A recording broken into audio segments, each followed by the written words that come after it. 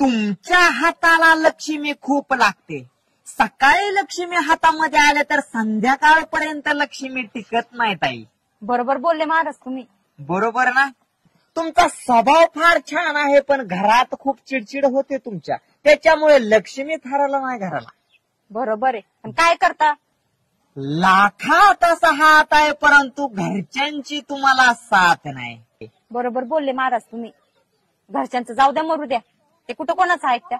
पण माझा नवरा सुद्धा माझं ऐकत नाही. नवरा ऐकत नाही त्याचं कारण आहे ताई. काय? ही जी आडवी रेष आली ना, त्याच्यामुळे तुमचं सगळं काम आडवं होतंय ताई. ही आडवी आलेली रेष जरा बाजूला करावी लागेल, आणि त्यासाठी थोडा खर्च करावा लागेल तुम्हाला. काय करावं लागेल बाबा? जास्त काही नको, एक 5,000 रुपये तुम्हाला खर्च करावा लागेल, तेव्हा ती आडकाठी सरळ होईल. आणि तुमचा नवरा देखील तुमचं ऐकणार ताई.